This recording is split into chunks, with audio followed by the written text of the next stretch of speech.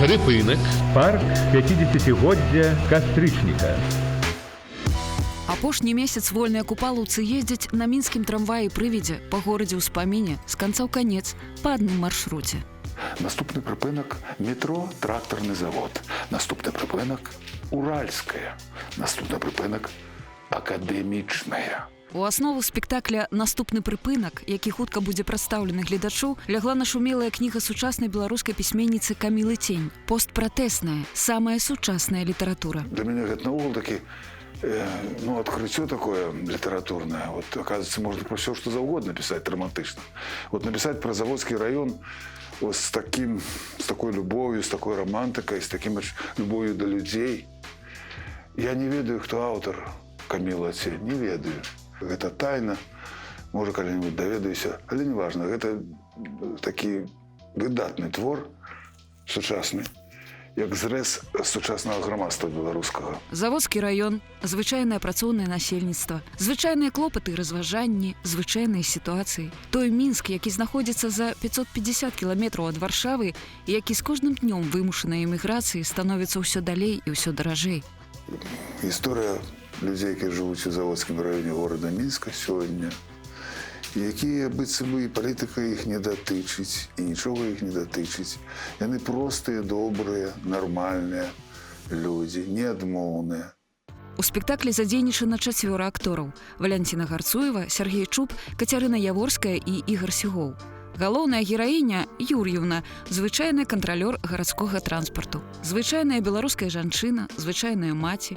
Валянціне Гарцуевай, якая сыграла немала гераінь класічнага рэпертуару, пераўвасабляцца ў простага, добрапазнавальнага сучаснікамі чалавека даволі хвалююча. На сённяшні час, на сённяшні момант мне больш цікава, насамрэч, больш цікава знайсці глыбіню вось у такой жанчыне. І гэта глыбіня, безумоўна, ёй ёсць. І гэта складана. Складана, таму што кніжку любяць.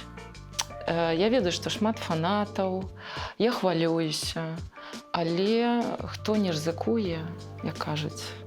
Героі размаўляюць на трасянцы, звычайнай мове простага беларускага гарадскога насельніцтва. У купалаўцаў гэта не першы вопыт стасункаў з гледачом на гэтым моўным варыянце. І ўсё роўна, для актораў, якія доўгія гады рафінавалі беларускую літаратурную мову, пераход на няхітрую, зразумелую трасянку не такі ўжо і просты. Безумоўна, па-першае, мы пакрысе пераходзім на беларускую мову, і рэжысёр нам кажа: спыніцеся, зноў вы на беларускай, на добрай мове размаўляеце, а мы не можам, як быццам ужо не.